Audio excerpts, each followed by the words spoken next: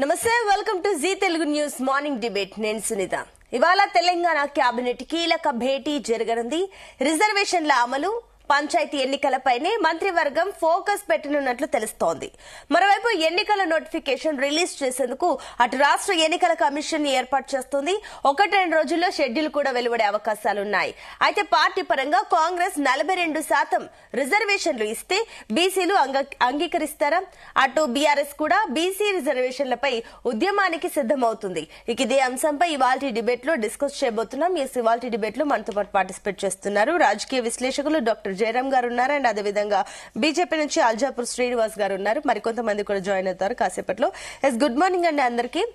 ముందుగా జయరాం గారు మీతో స్టార్ట్ చేద్దాం. Good morning. Good morning Sunitha గారు.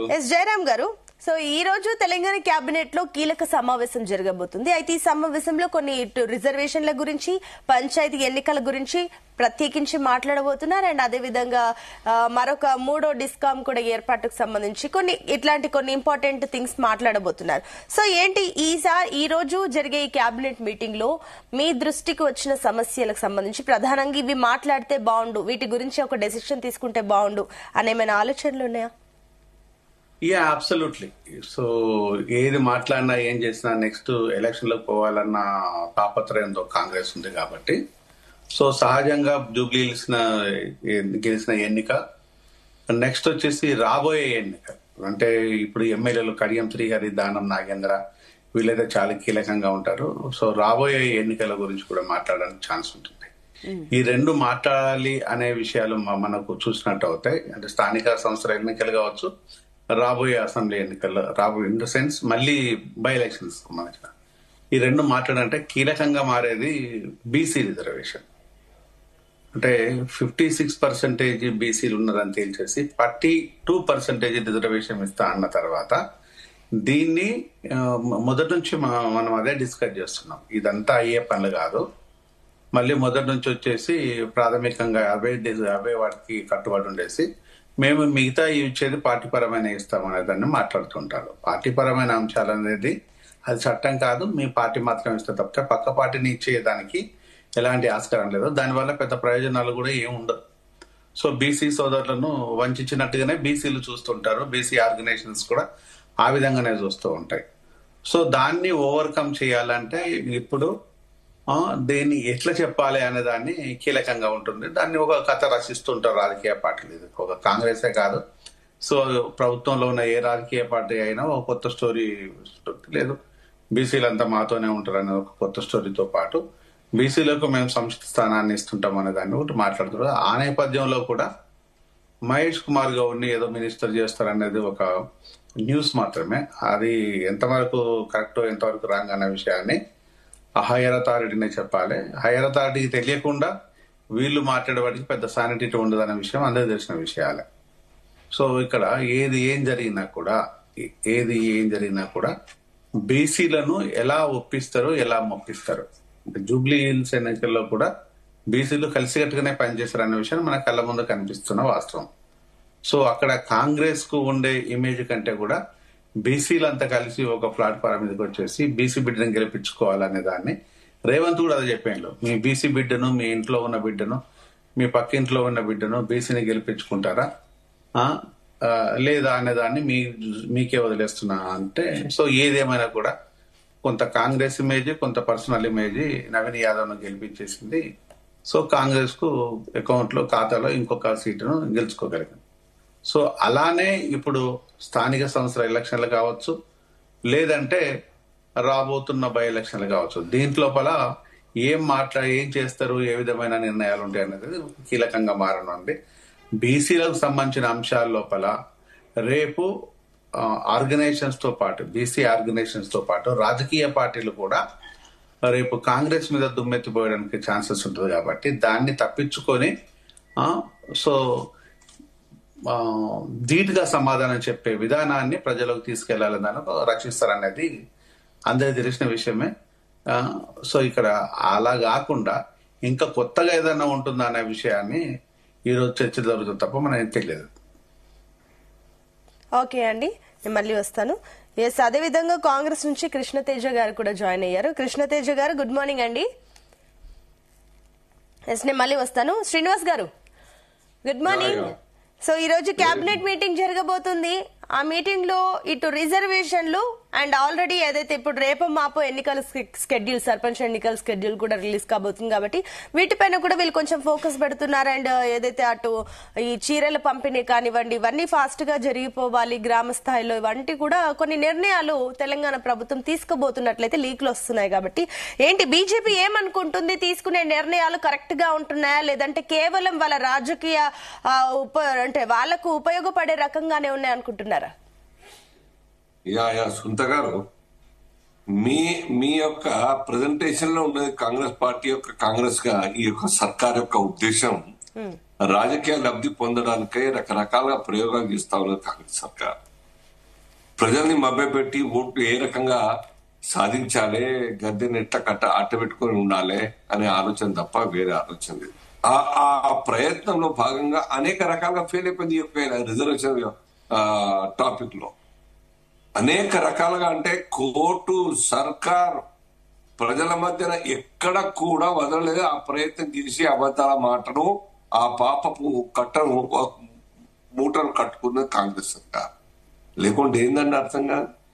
మీకు శక్తి లేదు, ఆ అవకాశమే లేదు కేంద్రంలో వచ్చేది. మేము రిజర్వేషన్ ఇస్తాం. మీ కాంగ్రెస్ పార్టీలో లీగల్ సెల్ ఉంటది, చదువుకున్న వాళ్ళు ఉంటారు, దేశాన్ని రాష్ట్రాన్ని పాలించినటువంటి అనుభవజ్ఞ రాజకీయ నాయకులు ఉంటారు. అది ప్రాక్టికల్ గా సాధ్యం కాదని చెప్పి ప్రామిస్ చేస్తారు కామన్ డిక్లరేషన్. అది ఫెయిల్ అయిపోయి అవకాశం లేదు, కేంద్రం రాలేదు, ఇక జీవోతో చేస్తామంటారు. జీవో ఫెయిల్ అయిపోయా, కోర్టుకు పోయారు, కోర్టు ఫెయిల్ అయిపోయారు. ఇప్పుడు కొత్తగా మళ్ళొక ప్రయోగం ఏంది, నాన్ పొలిటికల్ పార్టీ జరిగేటువంటి యొక్క ఎలక్షన్లకు పార్టీల వారిగా టికెట్లు ఇవ్వడం అంటే ఎట్లా ఇస్తారు టికెట్ అర్థం కాదు. పార్టీల వారిగా ఇది కొత్త మాట, మళ్ళొక్కసారి మభ్య పెట్టేటువంటి ఒక మాట. కాబట్టి కాంగ్రెస్ పార్టీ తన యొక్క నిజమైనటువంటి నైజం, తన నిజమైన క్యారెక్టర్ ఇప్పుడు కళ్ళ ముందర కొత్త జనరేషన్ కనబడతా ఉన్నది. పాత వాళ్ళకి అందరు తెలుసు కాబట్టి దూరం కొడతా ఉన్నాం, కొట్టేసిన దూరం. కొత్త జనరేషన్ కు మళ్ళీ ఏదో ఒక ఆకర్షణ పేరు మీద, నిరుద్యోగుల పేరు మీద, యువత పేరు మీద మా గురించి ఏదో పార్టీ ఆలోచిస్తున్నది, మా గురించి ప్రయత్నం చేస్తా ఉన్నది, మా బీసీ బిడ్డల గురించి మాట్లాడుతా ఉన్నది కాంగ్రెస్ పార్టీ అని ఒక కొత్త ఆలోచన, ఆశ కలిగే విధంగా ప్రయత్నం చేసే భాగంగా ఇవన్నీ కూడా కొత్త నాటకాలు. కాబట్టి ఈ యొక్క నాటకానికి బహుశా బీసీ సంఘాలు మొన్న జూబ్లీస్ ఎన్నికల్లో బయటకు వచ్చి వారి యొక్క సపోర్ట్ ను ఎక్స్టెండ్ చేసినారు నవీన్ యాదవ్ క్యాండిడేట్ కి. దాంట్లో అంత మట్టుకు అంత మేరకు వాళ్ళు అచీవ్ అయినారు, సక్సీడ్ అయినారు. బీసీ యొక్క నాయకుల్ని, సంఘాన్ని సైతం ప్రకటింపజేసుకున్నారు. కాంగ్రెస్ పార్టీ అని చెప్పినా చెప్పకుండా బీసీ బిడ్డను గెలిపించుకోవాలని చెప్పేసి ఒక నవీన్ యాదవ్ సపోర్ట్ ఎక్స్టెండ్ చేసినారు. అంత మేరకు సక్సీడ్ అయినారు. కానీ అన్ని వేళల్లో సేమ్ మంత్రం పారదు, అర్థమైపోయింది. ఈ యొక్క పొలిటికల్, నాన్ పొలిటికల్ ఎలక్షన్స్ లో మరి టికెట్లు ఇస్తాము, కాంగ్రెస్ బేసిస్ ఇస్తామంటే ఇంతకాలంగా ఎవరద్దన్నారు? ఇంతకాలంగా ఎంకరేజ్ చేసినారా? మీ మినిస్టర్స్ కావచ్చు, లేకుంటే ఈ కౌన్సిల్ కావచ్చు, లేదంటే కార్పొరేషన్లు కావచ్చు, ఇలా అనేక రకాలుగా బీసీలను మనస్ఫూర్తిగా మీరు ప్రేమించేటట్టయితే, వారి యొక్క అభ్యున్నతి, డెవలప్మెంట్ కోరుకునే వాళ్ళే అయితే 56 కాదు 50% నిజమైన 52, 53 అనుకుందాం, నిజమైన హిందూ బీసీలు అందరు ఈ పార్టీకి ఏదో స్థాయిలో పొలిటికల్ గా ఉండేవారు. ఎందుకు నేను ఇప్పటి కూడా 39-40 మంది, 36 మంది, 37 మంది ఈ రకంగా ఎందుకైతే ఒకే వర్గానికి చెందిన ఎమ్మెల్యేలు. కాబట్టి ఆ యొక్క క్యారెక్టర్ కాదు, అదే అటు తిరిగి అటు బీజేపీ సైడే వస్తుంది. శ్రీనివాస్ గారు, ఇప్పుడు ఏంటంటే కూడా మేం చేయాల్సింది చేసేసాము, మా నుంచి పంపించేసాము, అది కేంద్రం దగ్గర పెండింగ్ లో ఉంది, అది 9 షెడ్యూల్లో చేర్చాలి, ఇలాంటి రకరకాల వాదనలు. మళ్ళీ ఒకటి తెలంగాణ నుంచి 2 కేంద్ర మంత్రులు ఉన్నారు, వాళ్ళు ఏం చేస్తున్నారు అని చెప్పేసి కూడా అటు మీ పైన విమర్శలు తిరిగి వస్తుంది. బూమరాంగ్ ఉంటే మా జాబ్ చాలా క్లియర్ గా ఉంది, ప్రజల ముందర పెట్టేస్తాం మేము. మా నిర్ణయం, మా స్టాండ్ నిన్నటి వరకు కులగణన చేయాలని లేకున్నప్పటికీ, చేసేటువంటి ఆలోచన లేకున్నప్పటికీ మళ్ళా రీథింక్ చేసి దేశవ్యాప్తంగా ఉన్నటువంటి పరిస్థితులు స్టడీ చేసి కులగణన చేపట్టాం జనగణతో పాటు. దానికి ఒక 1 year తీసుకున్నాం మనం. మార్చ్ ఏప్రిల్ నెక్స్ట్ ఇయర్ కల్లా ఆ యొక్క డాటా వచ్చినట్టయితే దాని కొత్త ఆలోచన మేము ముందర పెడతాం ప్రజల ముందు. మీరైతే అవకాశం ఉంటే మీరు చేయలేదు కదా. మొన్నటి వరకు 10 సంవత్సరాలు కంటిన్యూస్ గా మన్మోహన్ గారు ప్రైమ్ మినిస్టర్ ఉండి, రాష్ట్రంలో ఇక్కడ కాంగ్రెస్ సర్కార్ ఉంది. 50-56 సంవత్సరాల కాలం పాటు దేశాన్ని పాలించిన కాంగ్రెస్ పార్టీ ఒకటే తమిళనాడుకే, అది కూడా నాన్ కాంగ్రెస్ పార్టీ యొక్క గవర్నమెంట్ కారణంగా అయింది తప్ప మీ కారణంగా చేసింది ఏమున్నది? మీరు చొరవ తీసుకొని దేశవ్యాప్తంగా ఉన్నటువంటి బీసీల గురించి ఆలోచించినట్ట పార్టీయే నిజంగా అయి ఉండి ఉంటే అనేక రాష్ట్రాల్లో బీసీల పరిస్థితి బాగాలేదు, మరి చెయ్యాలని చెప్పేసి స్టార్ట్ చేస్తుంటే మీరు బీసీలు బీహార్ నుంచి పడితే యూపీ, మధ్యప్రదేశ్ ఈ యొక్క రాష్ట్రాల నుంచి స్టార్ట్ చేసినారా? ఎందుకు చేయలేదు? అక్కడ కూడా తమిళనాడుకు 9th schedule లో because of DMK, because of they local parties అక్కడ మొత్తం తమిళ పార్టీ, ద్రవిడ పార్టీస్ అన్ని ఒకటై కూడా ఆ యొక్క పివి గారి యొక్క సర్కార్ మీద ప్రెషర్ పెట్టడం కారణంగా అది సాధ్యమైంది. మీరు చేసేవాళ్ళు లేకుంటే. కాబట్టి మా స్టాండ్, మా పాలసీ చాలా క్లియర్ ఉంది. మేము ఏదైతే చెప్తామో అది చేస్తున్నాం, ఏది చేయగలుగుతామో అది మాత్రమే చెప్తున్నాం. ఇప్పటిదాకా 75 సంవత్సరాల కాలంలో చాలా ఇంపార్టెంట్ ఇష్యూస్ అన్ని కూడా రిజాల్వ్ అయినంటే just because of Bharatiya Janata party. Development లో కావచ్చు, లేదంటే లాంగ్ పెండింగ్ ఇష్యూస్ అడ్రస్ చేయడంలో కావచ్చు, ప్రగతిలో కావచ్చు, ఈ దేశం యొక్క రూపురేఖలు మార్చినటువంటి ఒక 10 years ఏవైనా ఉంది అయితే వాజ్పేయి గారి సర్కార్ నుంచి మొదలయ్యి ఇప్పుడు మోదీ గారి సర్కార్ వరకు. కాబట్టి కాంగ్రెస్ పార్టీ మాకు చెప్పే అర్హత లేదు. కాంగ్రెస్ పార్టీ మమ్మల్ని చూసి నేర్చుకోవాలని చెప్పే షకీల్ అహ్మద్ బిహార్ చాలా సీనియర్ నేత కాంగ్రెస్ పార్టీకి అక్కడ ప్రెసిడెంట్ ఉండే, ఆ కేంద్ర మంత్రిగా ఉండే ఆయన కూడా రాజీనామా చేసి బయటకు వచ్చేసినాడు మొన్నటి ఎలక్షన్స్ లో, వారం 10 రోజుల కింద. సో ఇప్పటికీ నేర్చుకోకుంటే కాంగ్రెస్ పార్టీ మరి ఆయనకు ఆ పార్టీకి తోడుగా ఆ రాహుల్ గాంధీకి నాయకత్వానికి మద్దతు పలికే నాయకులు నాన్ కాంగ్రెస్ వాళ్ళు ఏ రకంగా వాళ్ళని భరిస్తున్నారో నాకైతే అర్థం కాదు. ఓకే అండి, నేను మళ్ళీ వస్తాను. శ్రీనివాస్ గారు, కృష్ణతేజ గారు ఉన్నారా? చెప్పాలి మేడం. ఎస్ కృష్ణతేజ గారు, ఇప్పుడు ఆల్రెడీ మళ్ళీ ఇప్పుడు కేబినెట్ మీటింగ్ లో కొన్ని కీలకమైన నిర్ణయాలు తీసుకుంటారు అని చెప్పేసి ఇప్పుడు ప్రభుత్వం కూడా చెప్పింది. సో ఏం చేయబోతున్నారు? ప్రత్యేకించి ఇప్పుడు సరే మీరు స్థానిక ఎన్నికలకు సంబంధించి వెళ్లాల్సిన సమయం కూడా దగ్గర పడింది. ఇంకా రేపు మాపు సర్పంచ్ ఎన్నికలకు సంబంధించి స్కెడ్యూల్ రిలీజ్ అయిపోతుంది. సో ఫోకస్ అంతా ఈ ఎన్నికల పైనే ఉంది కాంగ్రెస్ ప్రభుత్వానికి. ఈ బీసీలకు సంబంధించి రిజర్వేషన్ మాట ఇచ్చారు, కానీ సుప్రీంకోర్టు ఈ రిజర్వేషన్ క్యాప్ కారణంగా ఇప్పుడు వెనక్కి తగ్గారు అనే రకరకాల విమర్శలు కూడా ఉన్నాయి. కాబట్టి ఏం చేయబోతున్నారు? పార్టీ పరంగానే ఇచ్చేసి చేతులు దులుపుకోవాలని అనుకుంటున్నారా ఏంటి? చూడండి మేడం, మా చిత్తశుద్ధేడితో బీసీల పట్ల ఇప్పుడు అనేక వ్యక్తులు ఇప్పుడు మాట్లాడే వాళ్ళు గాని, గతంలో మాట్లాడే వాళ్ళు గాని ఒకసారి మీరు బయట తీసుకుంటే తెలిసిపోతుంది. ఇప్పుడు ఎందుకు పోరాడుతున్నారు? రిజర్వేషన్ రావని కొంతమంది వ్యక్తులు ప్రెస్ కాన్ఫరెన్స్ పెట్టి చెప్పినారు కొంతమంది పార్టీలు.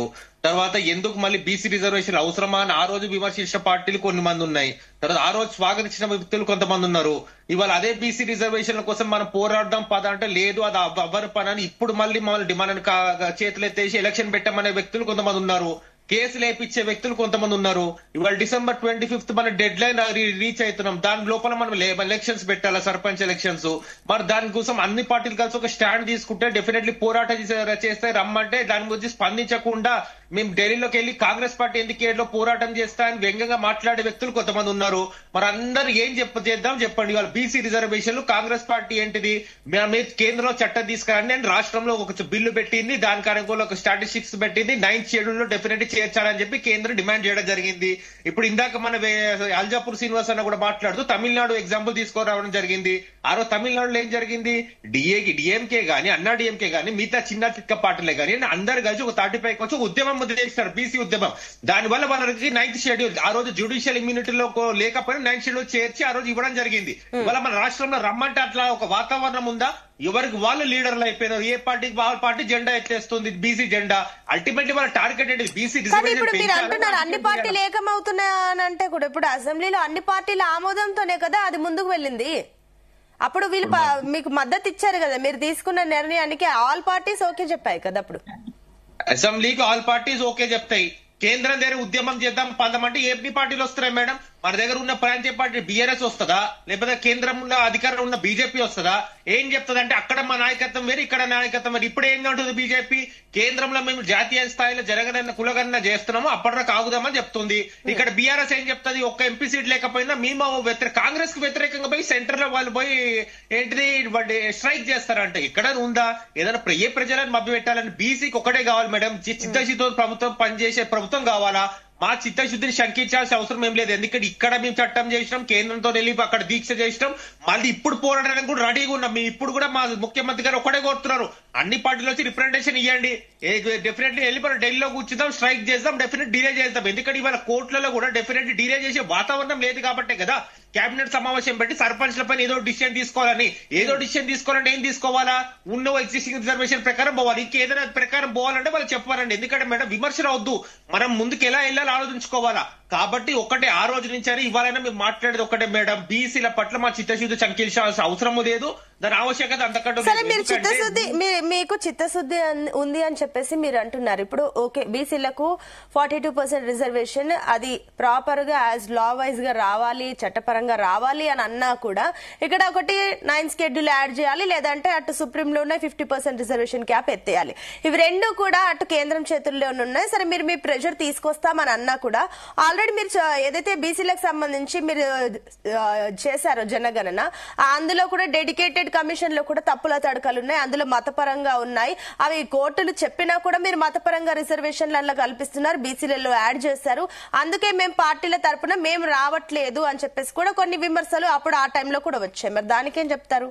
మీకు చిత్తశుద్ధి ఉంది అన్నప్పుడు కేవలం ముస్లింలను మాత్రం ఇందులో 10% యాడ్ చేస్తారా? తీసేసినా కూడా ఇప్పుడు అటు ఇటుగా చూసినా మీరు అన్న 42% బీసీలకు 100% రావట్లేదు అనేది కూడా అందులో మీరు ఇచ్చిన డెడికేటెడ్ కమిషన్ రిపోర్ట్ ప్రకారం చెప్తే. ఎస్, మరి మేము ఆ డెడికేటెడ్ ఆ రిపోర్ట్ ఎప్పుడైతే మేము అసెంబ్లీలో టేబుల్ చేసినామో అందరికీ ఆ కాపీలు ఇవ్వడం జరిగింది కదా, అన్ని పార్టీలు పూర్తిగా పరిశీలించడం జరిగింది కదా. ఆ రోజు ఎందుకు మాకు అసెంబ్లీలో చర్చ పెట్టలేదు? మేము సపోర్ట్ ఇవ్వాలంటే డెడికేటెడ్ కమిషన్ రిపోర్ట్ జనరల్ ఈ కేటగిరీ ముస్లింస్ ఎక్కడైతే తీసుకొస్తున్నారో వాళ్ళు వద్దు, అప్పుడు కండిషనల్ సపోర్ట్ ఇస్తామని ఆ రోజు ఎందుకు చెప్పలేదు?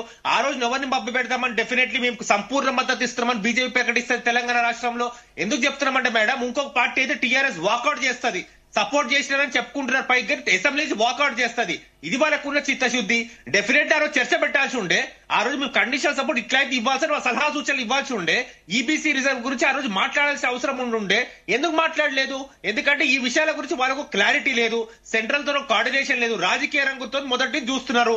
ఎవరి దగ్గర రాజకీయం? బీసీలకు కావాల్సి వాళ్ళ మనోస్థైర్యం నింపాలా, ఉద్యోగ ఉపాధి అవకాశాలు వాళ్ళకి కల్పించాలా, తర్వాత రాజకీయాలకు వాళ్ళకి తీసుకురావాలా.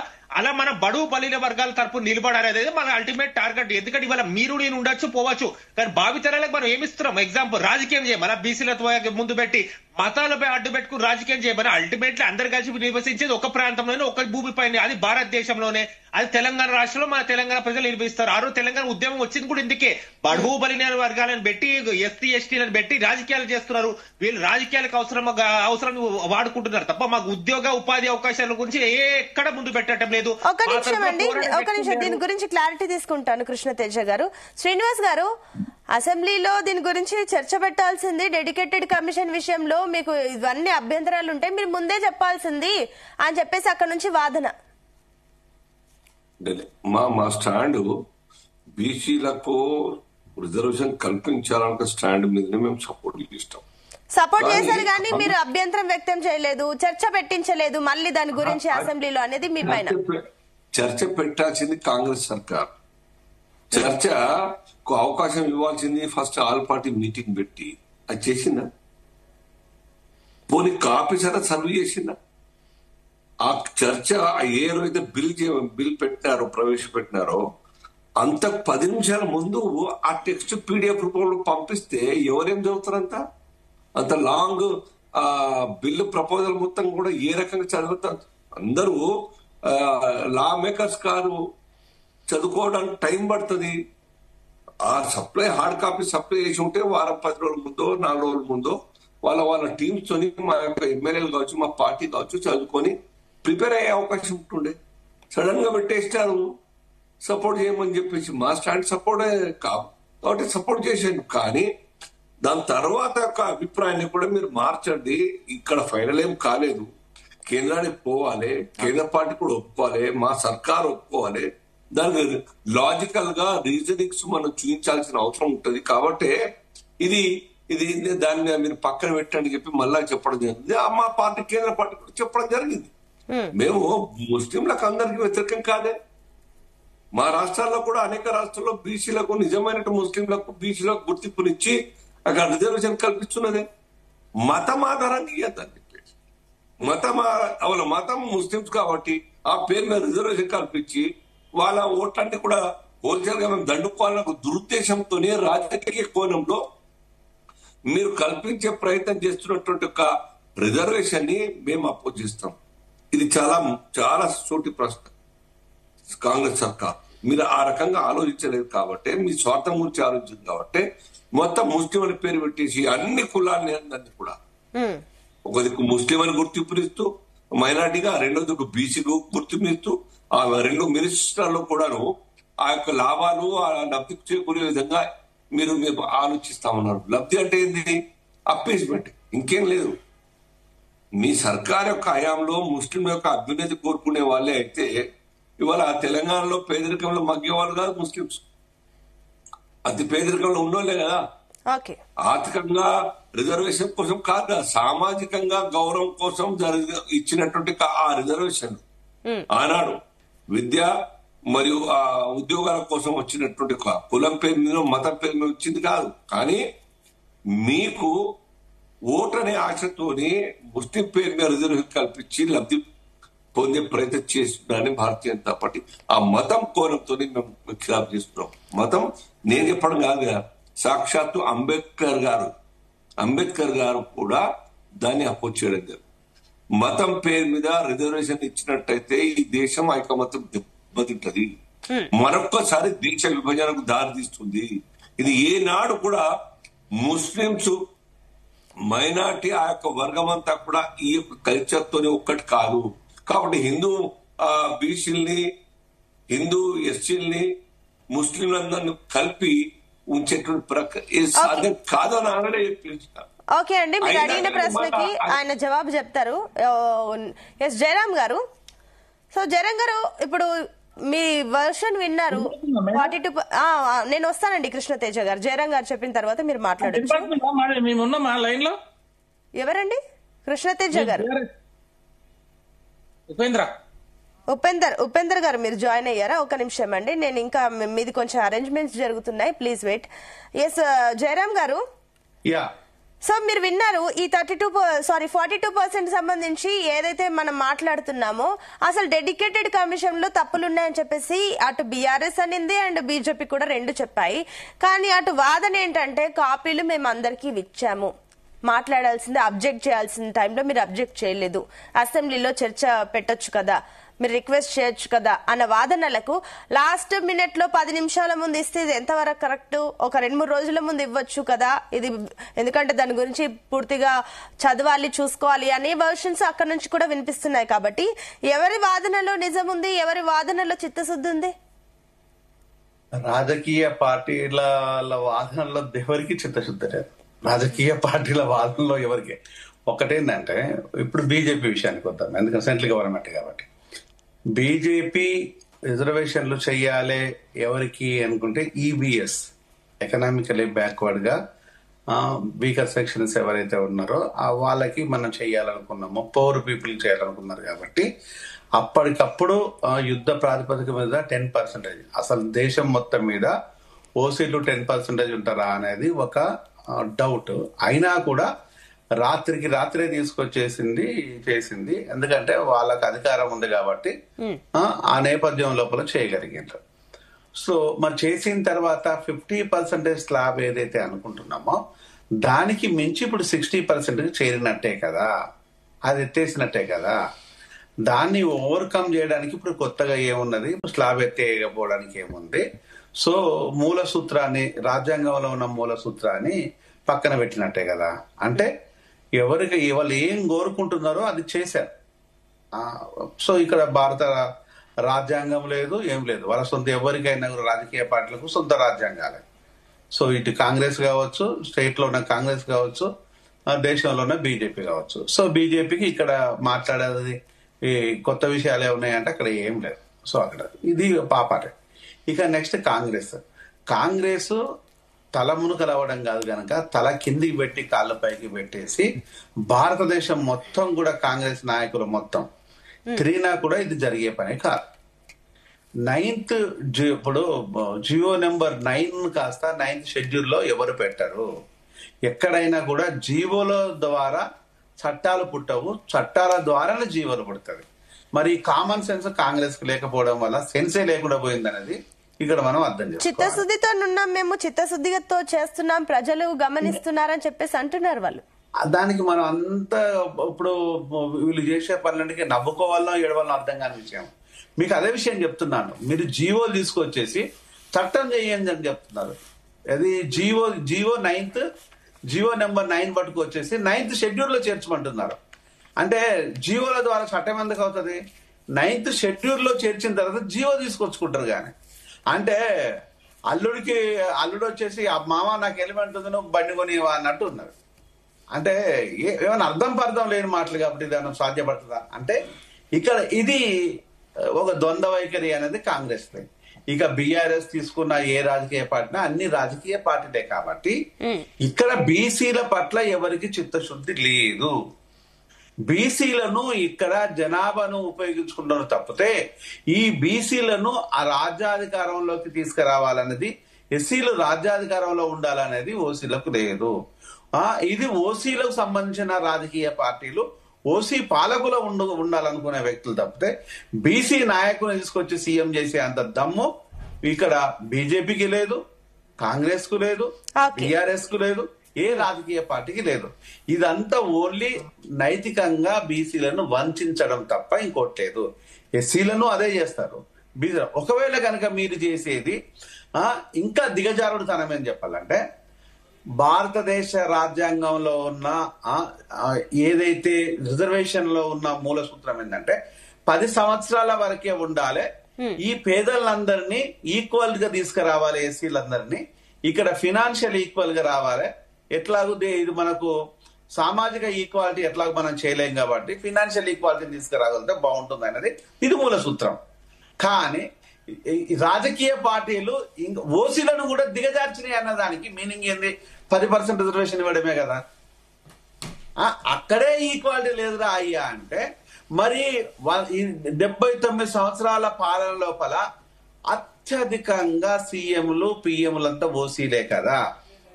మరి ఓసీలకు రిజర్వేషన్ తీసుకురావాల్సిన పరిస్థితి ఏర్పడిందంటే ఇక్కడ దిగజారిన తనాన్ని మనం సూచించినట్టే కదా. అంటే మీ పాలన లోపల ఎస్సీలను ఈక్వల్ గా చేయడానికి ఎట్లాగూ లేదు, ఇక్కడ ఓసీలను మాత్రం అడుకునే బాధ్యత పెట్టేసింది. అంటే దీనికి ఎవరు సిగ్గుపడాలి? పాలకులు చేసే పనులకు ఎవరు సిగ్గుపడాలి? వీళ్లకు నీతి లేదు, నిజాయితీ లేదు, చిత్తశుద్ధి లేదు. ఇక్కడ ఉన్నదల్లా దోపిడి, ఎటు చూసినా దోపిడే. బీజేపీ అదాని అంబానీ ముసుగు లోపల దోపిడీ జరుగుతుంటది. కాంగ్రెస్ వచ్చేసి అలీబాబా చాలీచోరు ముసుగు, అలీబాబా చాలీచోరుగా మారిపోయింది. ఈ రోజు రాష్ట్రం లోపల ఆ నలుగురు కాస్త 40 మంది దొంగలుగా మారిపోయింది. దీనికి ఎట్లా ఏం చెప్పాలి? ఇక్కడ ఉన్న మన కాంగ్రెస్ ప్రభుత్వం లోపల ఎవరైనా కూడా పైసలు లేకుండా పని జరిగేదానికి ఛాన్స్ ఉన్నదా? ఓకే అండి, జయరాం గారు స్ట్రైట్ గా అడుగుతున్నాను, ఉన్నదా? ఉన్నది అంటే ఎవడు పైసలు లేకుండా పని చేసిందో ఒకసారి చెప్తే నేను 100 పనులు ఉన్నాయి ప్రజలకు సంబంధించిన పనులు, నా పనులు కాదు, ప్రజలకు సంబంధించిన అంశాల లోపల రోజు 100 కాంప్లికేషన్స్ ఉన్నాయి. మళ్ళీ వస్తాను జయరాం గారు, ఒక్క నిమిషం. బీఆర్ఎస్ నుంచి ఉపేందర్ గారు కూడా జాయిన్ అయ్యారు. ఉపేందర్ గారు ఆడిబుల్ అండి? నమస్కారం అండి. నమస్తే అండి. నమస్తే అండి. ఎస్, వినిపిస్తుంది. సో ఈ రోజు కేబినెట్ మీటింగ్ జరగబోతుంది. అటు సీఎం రేవంత్ రెడ్డి అధ్యక్షతన. మరి ఏం చేయండి ఈ రోజు క్లియర్ గా కొన్ని ఇంపార్టెంట్ విషయాలు మాట్లాడబోతున్నారు. అటు రిజర్వేషన్ల గురించి పర్టికులర్ గా రాబోతుంది, అండ్ అదే విధంగా కొన్ని అభివృద్ధి కార్యక్రమాలకు, అండ్ మళ్ళీ ఇంకో మూడో పవర్ ప్లాంట్ సంబంధించి డిస్కామ్ ఏర్పాటుకి, ఇలాంటి కొన్ని అంశాలు కూడా చర్చించబోతున్నారు. కాబట్టి ఏంటి అసలు ప్రత్యేకించి రిజర్వేషన్ గురించి మాట్లాడాలంటే బీఆర్ఎస్ అటు బీసీ రిజర్వేషన్ ఉద్యమానికి సిద్ధమైపోతున్నట్లు, అటు కేటీఆర్ కూడా ఈ విషయంలో చాలా దూకుడు ప్రదర్శిస్తున్నట్లు అనిపిస్తుంది. ఏంటి నిజమేనా? అంటే రెండు సేఫ్ సైడ్, ఒకవేళ రిజర్వేషన్ ఇవ్వకపోతే ఇంకా ఇవ్వట్లేదని ప్రెషర్ చేయొచ్చు, ఒకవేళ ఇస్తే మీరు ఉద్యమం చేశారు కాబట్టి రిజర్వేషన్ 42% ఇచ్చారని చెప్పుకోవడానికా ఏంటి?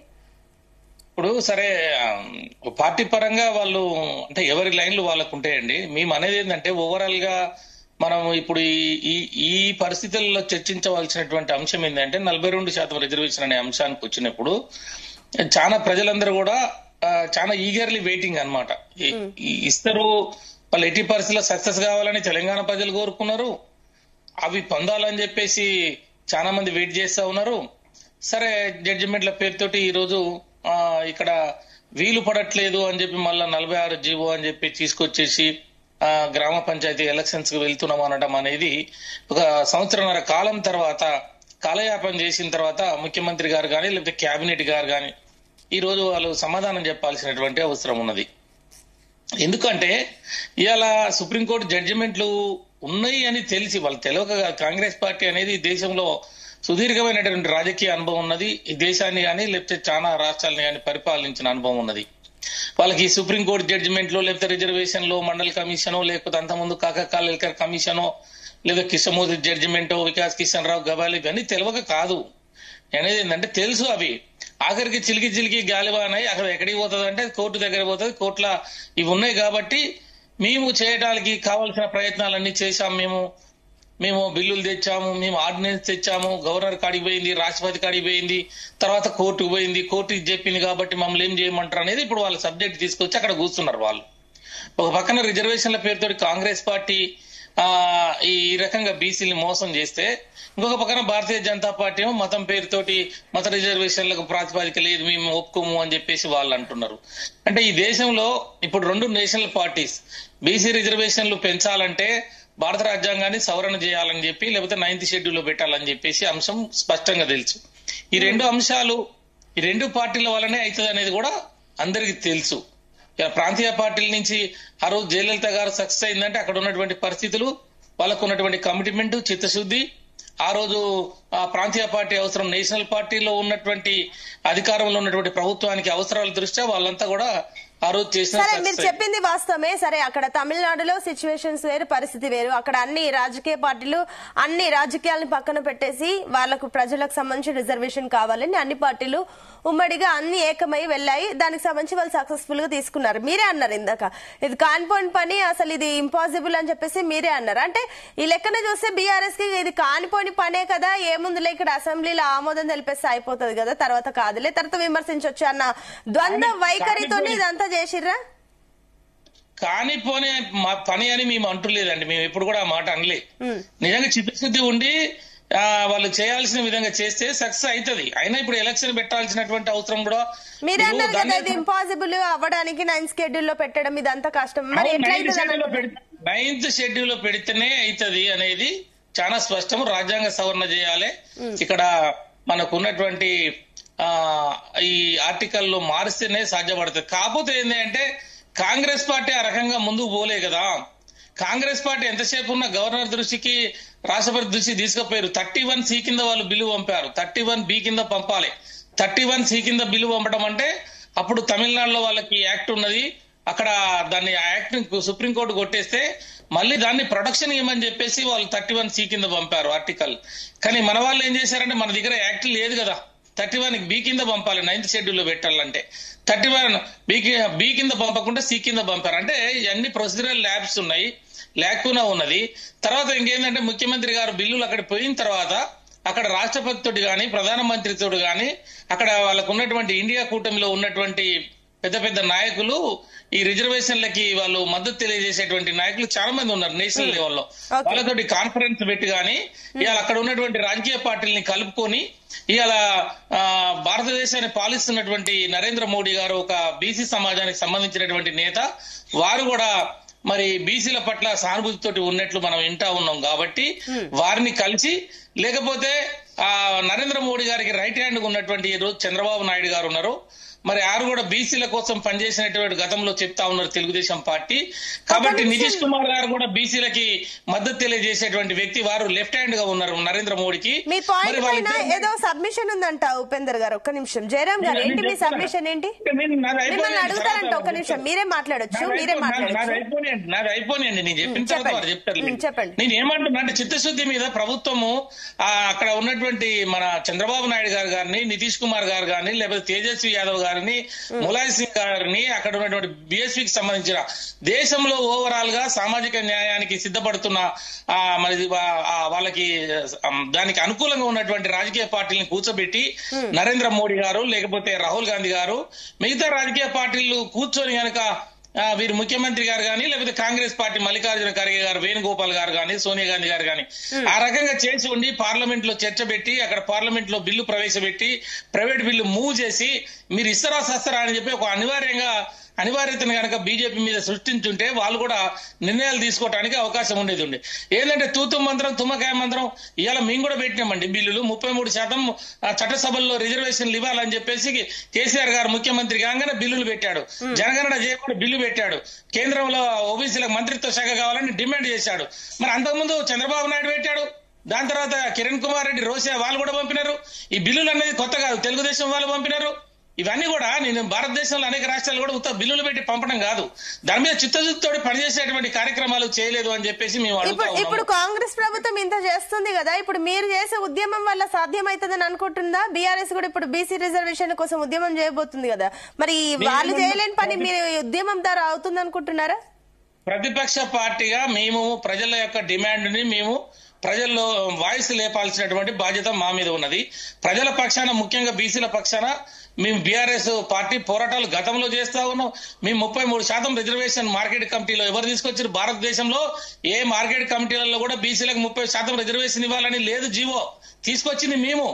నీకు భారతదేశంలో ఏ గొల్లోలు ముఖ్యమంత్రి ఉన్న కాడ కూడా గొర్రెల పంపి 70% సబ్సిడీ తోటి గొర్రెలకి మరి సబ్సిడీ పథకంతో ఇచ్చినటువంటి ఎక్కడ కూడా నీకు బీసీలు ముఖ్యమంత్రి ఉన్న కాడ మరి ముదిరాజుల్ని అప్లిఫ్ట్ చేయాలని చెప్పేసి మరి జీరో మొత్తం కూడా చేప పిల్లల్ని పంపిణీ చేసినటువంటిది. Ambedkar overseas scholarship, Mahatma Jyotirao overseas scholarship, కులం పేరుతోటి మరి వాడు పేదరికం పేరుతోటి బీటెక్ అయిపోయిన విద్యార్థి ఎంటెక్ ఇతర దేశంలో చదువుకోవడానికి అగ్రవర్ణాలు చదువుకున్నట్టు వాళ్ళతో పాటు వాళ్ళు అంటే చదువు పేరుతోటి పేదరికం పేరుతోటి వెనకపోవద్దని చెప్పేసి 20 లక్షల రూపాయలు తీసుకొచ్చింది ఎవరు? మన బీఆర్ఎస్ ప్రభుత్వం కాదా? అంటే నేను ఏమంటున్నా, మేము చేసినామంటే మేము చేయలేదు అనడం అనేది పచ్చి అబద్ధము. మేము చేసేంత వరకు చేసినాము. మరి గురుకుల పాఠశాలలు తీసుకొచ్చాం, డిగ్రీ గురుకుల పాఠశాలలు తీసుకొచ్చాం, లా గురుకుల పాఠశాలలు తీసుకొచ్చాం. ఇవన్నీ ఏంటంటే బీసీలు చదువుకుంటే వాళ్ళకి జ్ఞానం పెరుగుతుంది. జ్ఞానం పెరిగినాక వాళ్ళు ప్రశ్నించే తత్వం వస్తుంది. ఆ తర్వాత రాజ్యాధికారంలోకి వస్తుంది. ఒకటేసారి ముఖ్యమంత్రి లేకపోతే ప్రధానమంత్రి కావాలంటే ఇవన్నీ కూడా ఉన్నాయి. అసమానతలు, కులాలు ఈ దేశంలో పట్టి పీడిస్తున్నటువంటి సామాజిక అంశాలు అంబేద్కర్ చెప్పిన ముఖ్యమని చెప్పి. కాబట్టి నేనేమంటున్నా, జ్ఞానం చదువుకోవడానికి కృషి చేశాం. ఓకే, ఒక్క నిమిషం జయరామ్ గారు ప్లీజ్ 1 minute లో కంక్లూడ్ చేయండి. నేను కృష్ణతేజ గారి దగ్గరికి వెళ్ళాలి. 1 minute నాకు అవసరం లేదు. రాజకీయ పార్టీలు వేసుకునే ముసుగు ఏంటంటే ఇతర పార్టీలను నిందించటం. ఈ ముసుగు లోపల చేస్తున్న పనులే తప్పితే నిజంగా కనుక చిత్తశుద్ధినట్టయితే ఇక్కడ స్ట్రైట్ గా ఎవరు నమ్మినా నమ్మకున్నా కూడా తెలుగుదేశం పార్టీ బీసీల పట్ల పనిచేసింది, బీసీలతోని ఎదుగుదలకు ఉపయోగపడింది. అది కూడా ఎన్టీ రామారావు టైం, ఇది గుర్తుపెట్టుకోవాలి. ఎన్టీ రామారావు టైంలో మాత్రమే అది జరిగింది. దాని కొనసాగింపుగా కొంత మెరుగుగా ఉన్నది. ఇది బీసీలకు తెలుగుదేశం పార్టీ చేసింది. అలాగని చెప్పేసి ఇప్పుడు అదే విధానాలు ఉన్నాయంటే లేదు. అంటే మాయావతి గారు అప్పుడు ముఖ్యమంత్రి ఉన్నప్పుడు ఒక మాట చెప్పారు. సో ఇక్కడ మనం మాయావతి గారి మాట వినాలి. బీసీల పట్ల చిత్తశుద్ధి కనుక మీకున్నట్టు అయితే అసలు రిజర్వేషన్ అనే విధానాన్ని తీసుకొచ్చేసి మీరు 10%, 5%, 2% కాదు. ఎవరి జనాభా ఎంత మంది ఉందో ఆ జనాభా దామాష ప్రకారము మీరు రిజర్వేషన్లను కేటాయింపులు చేయండి. అక్కడ ఓసీలో ఉన్న పేదవాళ్ళకు కూడా రిజర్వేషన్ వర్తింపేలాగా చేద్దాము. అప్పుడు ఇబ్బందులే ఉండవు. ఎవరి జనాభా ఎంత ఉంటే అంత రిజర్వేషన్ కేటాయింపులు చేయండి అనేది చాలా స్పష్టంగా అసెంబ్లీలో ఒక చర్చ పెట్టేసి, ఆ చర్చ లోపల అన్ని పార్టీలు పాల్గొనేలా చేసేసి అందరి నుంచి ఒపీనియన్ తీసుకొని దీన్ని అప్పుడు కూడా బీజేపీ ప్రభుత్వంలో ఈమె కీలకంగా ఉన్నారు. ఆ రికమెండేషన్స్ అంతా పార్లమెంట్ కి పంపించిండు. దాన్ని తుంగలో తొక్కేసి ఇప్పటి వరకు కూడా ఆ విషయాన్ని ఎక్కడ కూడా ఆ చర్చలోకి రాదు. అంటే ఈరోజు మరి ఎంత క్లియర్ గా అంటే రాజకీయ పార్టీలు బీసీలను మోసం చేయడానికి ఇది దేశవ్యాప్తంగా జరుగుతున్న కుట్ర తప్ప ఇది తెలంగాణలో జరుగుతున్నది కాదు. ఆ భాగంగా ఉన్నది కాంగ్రెస్ కూడా ఆ నేపథ్యంలోనే ఉన్నది. బీఆర్ఎస్ కావచ్చు, కాంగ్రెస్ కావచ్చు, బీజేపీ కావచ్చు. ఇక్కడ పార్టీలు వేరైనా, ప్రాంతాలు వేరైనా, స్టేట్లు వేరైనా కూడా కుట్ర మాత్రం ఒక్కటే. ఓకే అండి, నేను మళ్ళీ వస్తాను. కృష్ణతేజ గారు, సో ఇందాక బీఆర్ఎస్ వర్షన్ విన్నారు అండ్ బీజేపీ వర్షన్ కూడా విన్నారు. వాటికి మీ సమాధానాలు ఏంటి, ఏం చేయబోతున్నారు? ఇప్పుడు ఏ లెక్కన చూసినా కూడా సార్ మీరు అన్నారు ఇందాక వీళ్ళు అబ్జెక్ట్ చేయొచ్చు కదా, డెడికేటెడ్ కమిషన్ సంబంధించి తప్పులు ఉన్నప్పుడు మేము తప్పులకు సంబంధించి మేము నొక్కి చెప్పాము, అయినా కూడా మీరు పట్టించుకోలేదు, కాంగ్రెస్ ప్రభుత్వం దాన్ని పక్కన పెట్టేసింది అన్న వాదనలు కూడా ఉన్నాయి. ఇప్పుడు మేడం చూడండి, మొదటగా బీజేపీ వాళ్ళు ఇందాక వాళ్ళు ఏదో మాట్లాడుకుంటే ఏమన్నారంటే మేము 10 నిమిషాలు టైం ఇచ్చారు, మేము కనీసం చదవకుండానే సపోర్ట్ ఇచ్చామని వాళ్ళే ఒప్పుకుంటారు. అంటే బీసీల పట్ల ఉన్న చిత్తశుద్ధి వాళ్ళది. వాళ్ళు నిజంగా చదివి జనరల్ మేము సపోర్ట్ ఇస్తామని చెప్తే ఎవరు కాదంటారు మేడం? డెఫినెట్ కండిషనల్ సపోర్ట్ అని అందుకే అన్న పదము. ఇంకా అది బీసీల చిత్తశుద్ధికి వదిలేస్తే బీసీలు నిశ్చయించుకుంటారు రేపు రానున్న సర్పంచ్ ఎలక్షన్స్ లో. ఇంకా బీఆర్ఎస్ వాళ్ళు గతంలో ఏ జనగణన 1 డేలో సకల జన ఏంటిది చేసేసినారు, సర్వే చేసేసినారు. ఒక ఎంబీసీ కార్పొరేషన్ అని ఒకటి పెట్టేసినారు. ఆ ఎంబీసీ నిధులు లేవు, దానికి చైర్మన్ ఒకళ్ళు అపాయింట్ చేసేసినారు. ఆ చైర్మన్ ఆ పార్టీలో లేడు. ఇవాళ దానిలో ఏ ప్రాతిపదికన కులాలు చేసినప్పుడు దానికి సమాధానం లేదు. డెఫినెట్లీ వాళ్ళ బీసీల పట్ల అని గొర్రెలు బర్రెలను చెప్తున్నారు. ఎంతమందికి ఉపాధిగా జరిగింది, ఎంతమంది బీసీలకు మేలు జరిగింది, ఎంతమంది బీసీలు డెఫినెట్ దానిపై లబ్ధి పొందినారు, దానిపై ఒక స్టాటిస్టికల్ ఎంపెరికల్ డేటా ఉందంటే లేదు. ఇవాళ రాక జస్ట్ చూపించడానికి ఉన్నది ఇది. ఎన్ని గొర్రెలను కొత్తగా తీసుకొచ్చి నువ్వు నిజంగా డిస్ట్రిబ్యూట్ చేసినావంటే దానిపై స్టాటిస్టికల్ ఎక్కడ ఎంపెరికల్ లేదు. దానికన్నా ఫైల్స్ కూడా నిజంగా ఏ రకమైన స్కామ్ ఉంది, ఆ స్కామ్ ని బయట పెడతానే ఫైల్స్ కూడా ఇలా మాయం చేసిన ఒక వాళ్ళ చిత్తశుద్ధి వాళ్ళది. కాబట్టి ఇది రాజకీయ రంగం కాకుండా డెఫినెట్లీ ఇవాళ పార్టీ పరంగా ఎవరు అవునన్నా కాదా ఎలక్షన్ నిర్వహించాల్సిన ఆవశ్యకత కోర్టులు మన దగ్గర ఉన్నాయి. కాబట్టి మా గవర్నమెంట్ ఎలక్షన్ ఒకటండి, కామారెడ్డి డిక్లరేషన్ లో మీరు ఏదైతే 42% రిజర్వేషన్ అని చెప్పి హామీ ఇచ్చి అధికారంలోకి వచ్చారో స్థానిక సంస్థల ఎన్నికలకు ఇది చట్టపరంగా అమలు చేసిన తర్వాతనే వెళ్తారని చెప్పేసి ప్రభుత్వం కూడా అదే రకంగా చెప్పింది, ప్రజలు కూడా నమ్మారు. బట్ ఎట్ ద ఎండ్ మళ్ళీ స్థానిక సంస్థల ఎన్నికలు వచ్చేసరికి మీరే చెప్తున్నారు అటు కోర్టుల పరిమితులు ఉన్నాయి, సో తప్పదు ఎలక్షన్స్ కి వెళ్లాల్సిందే అని చెప్పి మీరు పార్టీ పరంగా ఇస్తామని చెప్పేసి అంటున్నారు. అసలు సర్పంచ్ ఎన్నికలకి పార్టీయే అవసరం లేదు, గుర్తులే అవసరం లేదు, వీటికి మీరు ఎట్లా అసలు 42% ఎట్లా ఇస్తారు రిజర్వేషన్ అనేది కూడా ఇంకో పెద్ద ప్రశ్న. చూడండి మేడం, ఇవాళ sarpanch elections, MPTC elections, ZPTC elections ఇలా 3 దఫాలు ఎలక్షన్స్ నిర్వహించాలని మాకు అవసరం లేదు. డెఫినెట్ అన్ని ఒక్కసారి వెళ్ళాలని మా అవసరం ఉంది. కానీ మీరు గత 2 రోజులుగా చూస్తున్న పరిణామాలు కొంతమంది రిట్లు వేస్తారు హైకోర్టులో. ఏమని వేస్తారు? వీళ్ళు 3 దఫాలుగా అవసరం లేదు, ఒకే దఫాలు అన్ని నిర్వహించాలని చెప్పి. దాని వెనకాల ఎవరు ఉన్నారో అందరికి తెలుసు, ఏ పార్టీ వాళ్ళు ఉన్నారో అందరికి తెలుసు. వాళ్ళకు డెఫినెట్ లీగల్ గా వాళ్ళు ఏ రకంగా వెళ్తున్నారో కూడా అందరికి తెలుసు. కాబట్టి మా ప్రభుత్వాన్ని ఎవరు మీకు శంకించాల్సిన అవసరం లేదు. మేము ఎప్పుడు ట్రాన్స్పరెంట్ గా మెంబర్ రండి. నేను అడుగుతుంది ఏంటంటే ఇప్పుడు అసలు పార్టీయే అంటే పార్టీ పరంగా సర్పంచ్ ఎన్నికలకు సంబంధించి గుర్తు లేదు, పార్టీ లేదు, మీరు పార్టీ పరంగా 42% ఎట్లా ఇస్తున్నారని చెప్పేసి నేను అడిగిన నా ప్రశ్న. మీరు ఎట్లా గుర్తించారు, ఎట్లా మీ పార్టీ నుంచి మీరు ఎట్లా పెడతారు అనేది మాకు కొంచెం ఎందుకంటే స్థానికంగా మా ఈ పలానా వ్యక్తి ఒక డెవలప్ చేస్తాడని చూస్తారు కానీ కులము ఇది బీసీఆ ఎస్సీ ఎస్టీ అని అక్కడ చూడరు జనాలు కూడా. ఇతని వల్ల డెవలప్మెంట్ అవుతుందని చూస్తారు. ఇక్కడ మీరెట్లా పార్టీ పరంగా మీరెట్లా దీన్ని 100% పాసిబుల్ చేస్తారు అనేది నా క్వశ్చన్. ఇప్పుడు డెఫినెట్లీ సర్పంచ్ ఎలక్షన్స్ పార్టీలు అతీతంగా ఉంటాయి మేడం. డెఫినెట్లీ సర్పంచ్ వెళ్ళినప్పుడు ప్రతి పార్టీ వాళ్ళొక అనుచరులను వాళ్ళొక మనిషిని సపోర్ట్ చేస్తుంది. బయట నుంచి డెఫినెట్లీ దానికి అనుకూలంగా 42% అంటున్నాము. కాబట్టి సర్పంచ్ ఎలక్షన్స్ గురించి మీరు అడుగుతున్నారు, సర్పంచ్ ఎలక్షన్స్ గురించి చెప్తున్నాం. ఎంపీటీసీ జెడ్పీటీసీ వచ్చినప్పుడు డెఫినెట్లీ మా ఒక 42% లీగల్ గానే ఉంటది. ఎక్కడ పోయినా కూడా మీరు ఇప్పుడు చాలా మంది ఏమనుకుంటారు 42% కాదు, డెఫినెట్లీ మీ అవసరం ఉంటే 42 కాదు ఇంకా 10% పెంచే ఇస్తాం, అన్ని వర్గాల సముచిత స్థానాన్ని కనిపిస్తాం. కాకపోతే పార్టీ పరంగా మా నిర్ణయం ఏంటి అనేది మీరు రాజకీయంగా పరంగా అంటే ఇప్పుడు మీ లెక్కన ప్రకారం చూస్తే ఈ సర్పంచ్ ఎన్నికలకి ఇది ఉత్తమాటే, పార్టీ నుంచి 42% అనేది ఉత్తమాటనే. 42% అనేది ఒక్క మాట మేడం, 42% కి నిలబడి ఉన్నాము. 42% కి ఎంత ఎక్కువ మేము ఇస్తాం. కాబట్టి ఎందుకంటే గెలిపే ప్రాథమికం. అక్కడ ఎవరు గెలుస్తారో వాళ్ళకి అనుకూలంగా మేము సపోర్ట్ ఇస్తాం. మా ముఖ్యమంత్రి కూడా అదే చెప్పారు, 42% సర్పంచ్ ఎలక్షన్స్ మా మద్దతుదారులకు ఇవ్వడం జరుగుతుంది అని ఆయన చెప్పడం జరిగింది. అవసరం ఉంటే మహిళలకి ఇంకా అవసరం ఉంటే బడుగు బలిన వర్గాలు పెంచే ఇస్తాం తప్ప ఎక్కడ వెనక పోయే సమస్య లేదు. డెఫినెట్లీ చట్టం రూపుదాల్చుడు డెఫినెట్లీ వారు అడగకుండానే అన్ని పార్టీలు కూడా 42% రిజర్వేషన్ లోపల వాళ్ళ క్యాండిడేట్ సపోర్ట్ మద్దతుదారులు ప్రత్యక్షనో పరోక్షంగానో ముందుకెళ్లాల్సిన ఆవశ్యకత అడగకుండానే ఇస్తుంది కాంగ్రెస్ గవర్నమెంట్. అందుకే అడగకుండానే కామారెడ్డి డిక్లరేషన్ లో కూడా మీరే చెప్పారు. ఇప్పుడు అన్ని కూడా అదే మాట మీద నిలుస్తున్నాయి. సరే ఒక్క నిమిషం, మీ పాయింట్ పైనే సబ్మిషన్ ఉందంట. ఉపేందర్ గారు ఏంటి మీ సబ్మిషన్ ఏంటి? ఇప్పుడు నేనేమో పార్టీ పరంగా ఇవన్నీకి ఇప్పుడు ఇది అసెంబ్లీ ఎలక్షన్స్ కాదు కదా, చేకూర్త అనేది ఉండదు కదా. సరే వాళ్ళు ఇస్తారు అనంటే ఇప్పుడు ఈయన బీసీకి ఇస్తే ఇంకో పార్టీ వాళ్ళు బీసీకి ఇవ్వాలని లేదు కదా. లేకపోతే ఒక ఇండిపెండెంట్ వస్తాడు, ఓసీ ఆయన వస్తాడు, అక్కడ ఎవరైనా పోటీ చేయొచ్చు. కాకపోతే మనం ఏంటంటే రిజర్వేషన్ అనేది రక్షణ కవచం కదా. వాళ్ళు 42% ఇస్తామని చెప్పేసి చెప్పడం ద్వారా ఇదంతా కూడా మనకి సమస్య. అసలు ఆ 42% అనేది ఎట్లొచ్చింది ఏం సంగతి అనేది దేవుడు ఎరుగు. దీని చుట్టే తిరుగుతుంది ఇదంతా కూడా, చర్చ అంతా కూడా. విద్యా ఉద్యోగాలు కూడా మరి రిజర్వేషన్ ఇస్తా అన్నారు, మరి ఆ బిల్లును ఏం చేస్తారు?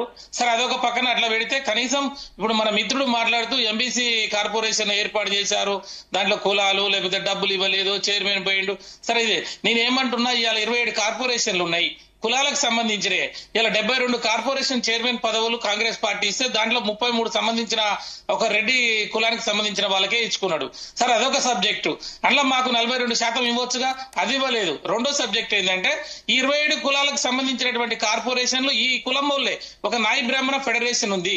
ఆ నాయ బ్రాహ్మణ ఫెడరేషన్ కి చైర్మన్ ని ముఖ్యమంత్రి గారు ఇప్పుడు ఆ కృష్ణతేజ గారు పోయి ఇట్లా సార్ ఇట్లా ఉన్నది, వాళ్ళంతా బాధపడుతున్నారు, 50 సంవత్సరాలు 70 సంవత్సరాల స్వతంత్ర భారతదేశంలో ఈ ఆంధ్రప్రదేశ్ రాష్ట్రంలో గానీ తెలంగాణ రాష్ట్రంలో గానీ ఫెడరేషన్లు నింపలేదు. మరి ఆ విశ్వబ్రాహ్మణ ఫెడరేషన్, ఒడెర ఫెడరేషన్, ఆరగరిక ఫెడరేషన్, పూసల ఫెడరేషన్, మేదర ఫెడరేషన్, ఇవన్నీ కార్పొరేషన్లు ఉన్నాయి కదా మేడం, ఒడెర ఇవన్నీ కూడా. మరి దూదేకుల ఫెడరేషన్ ఉంది. ఒక 10 నిమిషాలు ముఖ్యమంత్రి గారు సంతకం పెడితే వాళ్ళకు ఒక ఎర్రబుగ్గు కారు వస్తుందో, చైర్మన్ అవుతాడు, డైరెక్టర్లు ఉంటాయి, వాళ్ళకి ఇంత జీతం ఉంటది. ఒక మంగళాయన కూడా ఇలా ఒక లీడర్ గా వచ్చిండు, కాంగ్రెస్ పార్టీలో పనిచేసినోడే, బయటోనికి ఏమంటులే ఆ పార్టీలో ఆ జెండా మోసి జేజేలు కొట్టి ఆ ఇంటి మీద కాంగ్రెస్ పార్టీ జెండా పోసిన ఒక మంగళాయన తీసుకొచ్చి ఆ ఫెడరేషన్ చైర్మన్ చేయమనండి. ఆ విశ్వకర్మ ఫెడరేషన్ ఉన్నది, కార్పొరేషన్ ఉన్నది, ఆ కాంగ్రెస్ పార్టీలో పనిచేసిన. అంటే నేను ఏమంటున్నా, ఒక నిమిషం మీ కులానికి సంబంధించిన వాళ్ళు ఇవాళ 70 పదవులు ఇస్తే 35 పదవులు ఒకే కులానికి ఇచ్చి ఇవాళ మీ చేత దానికేమో 42% రాజ్యాంగమో రాహుల్ గాంధీ సుప్రీంకోర్టు ఇంకో కోర్టు చెప్తున్నారు. సరే అది పెండింగ్ ఉన్నది కాసేపు చెప్తున్నారు.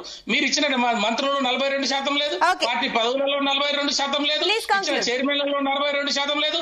సరే అన్నీ లేదండి, మా కులమోడు మాకు విశ్వబ్రాహ్మణుడు అనుకోండి, విశ్వబ్రాహ్మణుడు నిన్న పెట్టండి మీరు. మరి దానికన్నా రెడ్డి తీసుకొచ్చో, మరి లేకపోతే ఇంకా అగ్రకుల తీసుకొచ్చి మరి వానికన్నా పెట్టండి. కానీ నేనేమంటున్నా, ఇది ఫండమెంటల్ రైట్. ఇది నేనేమంటున్నా, ఆ ఫెడరేషన్ కార్పొరేషన్ల ఏర్పాటు యొక్క భారత రాజ్యాంగానికి అనుగుణంగా వేసేసి సామాజికంగా ఆర్థికంగా వెనుకబడిన వాళ్ళని ఈ కార్పొరేషన్లు ఏర్పాటు చేసి దానికి డబ్బులు ఇచ్చేసి వాళ్ళని అప్లిఫ్ట్ గా చేయమని చెప్తున్నారు. ఒక నిమిషం అండి కృష్ణతేజ గారు, మన ముఖ్యమంత్రి కృష్ణతేజ గారు, ఉపేందర్ గారు ప్లీజ్ ఒక నిమిషం, టైం తక్కువ ఉంది. నేను ఇక్కడ క్లారిటీ తీసుకొని నేను మళ్ళీ ఇంకిద్దరున్నారు వాళ్ళ దగ్గర కూడా వెళ్ళాలి. ప్లీజ్ అండి. లేదండి నేను టైం అయిపోయింది. కృష్ణతేజ గారు, సో మీరే ఇప్పుడు ఇంకొకటి పార్టీ పరంగా రిజర్వేషన్లు ఇస్తాము సర్పంచ్ గాని పంచాయతీ గాని, కానీ ఒకటి సరే ఇప్పుడు ఏదైతే స్థానిక సంస్థల ఎన్నికలకు వెళ్తున్నప్పుడు బీసీ రిజర్వేషన్ ఇది ఒకటే మీ దగ్గర ఉందా? ఇంకొకటి గ్రామ స్థాయిలో అభివృద్ధి కావాలన్నా ఈ రోజు అక్కడ ఏం కావాలి అంటే రోడ్లు బాగున్నాయా, తాగునీరు ఉందా, ఫస్ట్ ఆఫ్ ఆల్ కరెంట్, పంట కొనుగోలు, ఇలాంటివి చాలా విషయం అవి వాళ్ళకి కావాల్సిన విలేజ్ లో. మీరు అవన్నీ పక్కన పెట్టి ఈ రోజు రిజర్వేషన్ అని చెప్తే మీకు ఎట్లా ఓట్లు పడతాయి? అసలు మీ గోల్ ఏంటి? మీరు ఏం చేయబోతున్నారు? కేవలం రిజర్వేషన్ అని చెప్పేసి అందరినీ డైవర్ట్ చేస్తున్నారా? మెయిన్ డెవలప్మెంట్ అంతా పక్కన పెట్టేసి డైవర్ట్ చేస్తున్నారా ఏంటి? ఏం చేయబోతున్నారు? Last final comments please. Final comments ఒకటే మేడం, నేను ఒకటే మాట్లాడతాను. మేము ఒకటి ఇప్పుడు గ్రామ స్థాయిలో పోయినప్పుడు డెఫినెట్లీ మీకు మహిళా సాధికారత అనేది one of the predominant factor. ఎప్పుడైనా ఎలక్షన్స్ పక్కన పెడితే డెఫినెట్లీ మా ప్రభుత్వం వచ్చినప్పటి నుంచి మహిళలకు అనుకూలంగా ఏది పక్కన నిలబడిందో మీ అందరికీ ఇప్పుడు నేను పూర్వంగా వివరించాల్సిన అవసరం లేదు. ముఖ్యమంత్రి గారు కూడా ఆయన కొడంగల్ సభలో చెప్పడం జరిగింది. ఎందుకంటే వాళ్ళకి డెఫినెట్లీ వాళ్ళకు కొన్ని పెట్రోల్ పంపులు ఇచ్చి వాళ్ళ సంఘాలకు డెఫినెట్లీ వాళ్ళు చేనేత వ్యాపారం డెఫినెట్లీ వాళ్ళకి హైటెక్ సిటీలు అమ్ముకునే ఒక వెసులుబాటు ఇచ్చి వాళ్ళకు ఒక ఆంటర్‌ప్రెన్యూర్స్ గా వాళ్ళని తీర్చిదిద్దిన ఘనత కాంగ్రెస్ పార్టీది. ఎందుకంటే ఇవాళ వాళ్ళ రకంగా వాళ్ళకి అనుకూలంగా నిలబడుతున్నాం. మేము ఉచిత బస్సే కాదు, 200 యూనిట్స్ ఫ్రీ కరెంటే కాదు, పంట మద్దతు ధరగా సన్న బియ్యమే కాదు, ఇట్లా రకరకాల పథకాలు ఎక్కడ కూడా వాళ్ళకి ఆఖరికి వచ్చేసి మీకు వాళ్ళ పిల్లలకు కూడా ఏ రకంగా మేము నిలబడుతున్నామో బడిలలో మీకు నేను చెప్పాల్సిన అవసరకత లేదు. ఇంకోటి రెండో విషయము, ఇవాళ మీరు చూస్తుంటే 200 యూనిట్లు ఫ్రీ కరెంట్ మనం ఇవ్వాలంటే డెఫినెట్లీ డిస్కిమ్ ఇంకా నాణ్యతకి ఇవ్వాలంటే డిస్కిమ్ ల పరిస్థితి ఏంటి? కేంద్ర ప్రభుత్వం ఈ డిస్కిమ్ ల పట్ల ఏం స్టాండ్ తీసుకోబోతుంది? ఇవాళ ముఖ్యమంత్రి గారు దానిపైన సమావేశం పెట్టినారు. ఎందుకంటే గత ప్రభుత్వం ఏం చేసింది? 60,000 కోట్లు అప్పులు, 62,000 కోట్లు నష్టాలు. ఒకటి ఉన్న రెండుతోనే ఒకటి కృష్ణతేజ గారు టీఎస్ ఎన్పీడీసీఎల్ గాని టీఎస్ ఎస్పీడీసీఎల్ గాని వీటి నుంచే అసలు విద్యుత్ వ్యవస్థకు సంబంధించి విద్యుత్ శాఖనే ఎన్నో బకాయిలు ఉన్నాయని చెప్పేసి ఇప్పుడు మనం మీరు 3వ డిస్కమ్ అంటున్నారు. మరి దీనికి నిధులు ఎట్లా తీసుకొస్తారు? ఈ నిధులు ఉంటే బకాయిలు చెల్లించుకొని వీటిని ఫుల్ ప్లెజ్డ్ గా ఈ రెండింటిని వాడచ్చు కదా, కొత్తది ఎక్కడికేం తీసుకొస్తారు? అసలు ఏంటి మీ కాన్సెప్ట్ అనేది అందరు కన్ఫ్యూజ్ అవుతున్నారు. ఒక నిమిషం ఉపేందర్ గారు, ఏంటి మీ సబ్మిషన్ ఏంటి ఇక్కడ? ఒక నిమిషం జీ తెలుగు ఛానల్ ద్వారా కృష్ణతేజ గారికి గాని రాష్ట్ర ప్రభుత్వానికి గాని ముఖ్యమంత్రి గాని ఈ చర్చగా ఒకటి మేము సూటిగా మేము అప్పీల్ చేసేది ఏంటంటే ఈ కేబినెట్ లో ఈ ఫెడరేషన్ కార్పొరేషన్లు ఏవైతున్నాయో వీరి చేతిలో ఉన్న 5 నిమిషాల్లో నిర్ణయం తీసుకోవచ్చు. దయచేసి ఈ వర్గాలకి ఆ చైర్మన్లు ఫెడరేషన్లది ఆ కార్పొరేషన్లకు సంబంధించిన పాలక మండలి వేయాలనేది మా డిమాండ్ మేడం ప్రధానంగా. ఓకే అండి, కృష్ణతేజ గారు ప్లీజ్ కంక్లూడ్. మేడం, ఇప్పుడు నేను చెప్పేది ఏంటంటే మీరు గ్రామ స్థాయిలో విషయాలు అడిగినారు కాబట్టి చెప్తున్నాను. వాళ్ళ నాణ్యమైన విద్యుత్ కావాలా? ఆ విద్యుత్ ఉంటేనే పంటలకు చేస్తే వాళ్ళ పొలాలకి డెఫినెట్ వెళ్ళి వాళ్ళు నిజంగా పంటలు పండించుకోగలుగుతారు. ఎందుకంటే రాబోయే మీరు చూస్తున్నాను సీజన్ కూడా మళ్ళీ పంట సీజన్ మొదలు కాబోతుంది. ఇప్పుడు డిస్కిమ్లు 3 డిస్కిమ్ల గురించి మీరు అడిగినారు. మీరు ముఖ్యమంత్రి గారు రివ్యూ పెట్టారు 11 గంటలకి. దాని తర్వాత కేబినెట్ డిసిషన్ ఉంది. ఈ డిస్కిమ్ల పైన ప్రధానంగా నిర్ణయం తీసుకోబోతున్నారు. ఎందుకంటే అప్పులు ఎట్లా, నష్టాలు ఎట్లా, తారీఫ్లు గతంగా డిస్కిమ్లు ఎగ్గొట్టున్నారు. కేంద్రం సపోర్ట్ ఏ రకంగా తీసుకోవాలి, అట్టనే మన పీపీపీ మోడల్ ఏ రకంగా ముందుకెళ్ళాలి, ఏ రకంగా డెఫినెట్లీ మనం ఇప్పుడు హైదరాబాద్ లో కూడా అండర్ గ్రౌండ్ మనం ఒక పైప్ లో వేసి డెఫినెట్లీ నాణ్యమైన విద్యుత్ కి డెఫినెట్లీ అంతరాయం కాదు కదా చూస్తున్నాం. మాకు అవసరం మేడం. శ్రీనివాస్ గారు ఫైనల్ కమెంట్స్ ప్లీజ్. నిజంగా మళ్ళా కొత్త నాటకాలు లేపుతా ఉన్నది కాంగ్రెస్ సర్కారు. ఇప్పుడు కాంగ్రెస్ పార్టీ గెలిచే అవకాశం లేదు కాబట్టి నాన్ పార్టీ బేసిస్ మీద ఉండే ఎలక్షన్, సర్పంచ్ ఎలక్షన్ అవి మాత్రమే కండక్ట్ చేస్తా ఉన్నాయి. మరి అది దట్టు హైకోర్టు యొక్క వర్డిట్ కారణంగా మరి ఎంపీడీసీ జడ్పీసీ వాళ్ళ కాల పరిమితి అయిపోయింది కదా. అవి పొలిటికల్ పార్టీ బేసిస్ మీద కాబట్టి ఎలక్షన్స్ కు ధైర్యం చేయట్లేదు. చేస్తే చిత్తశుద్ధి ఉంటే 3 చేయండి. మేము అదే చెప్తున్నాం. వాళ్ళకు కూడా వాళ్ళ హక్కులు ఎందుకు కాల రాస్తారు? ఏం అధికారం ఉన్నది? ఇది కాంగ్రెస్ పార్టీ నైజమైంది.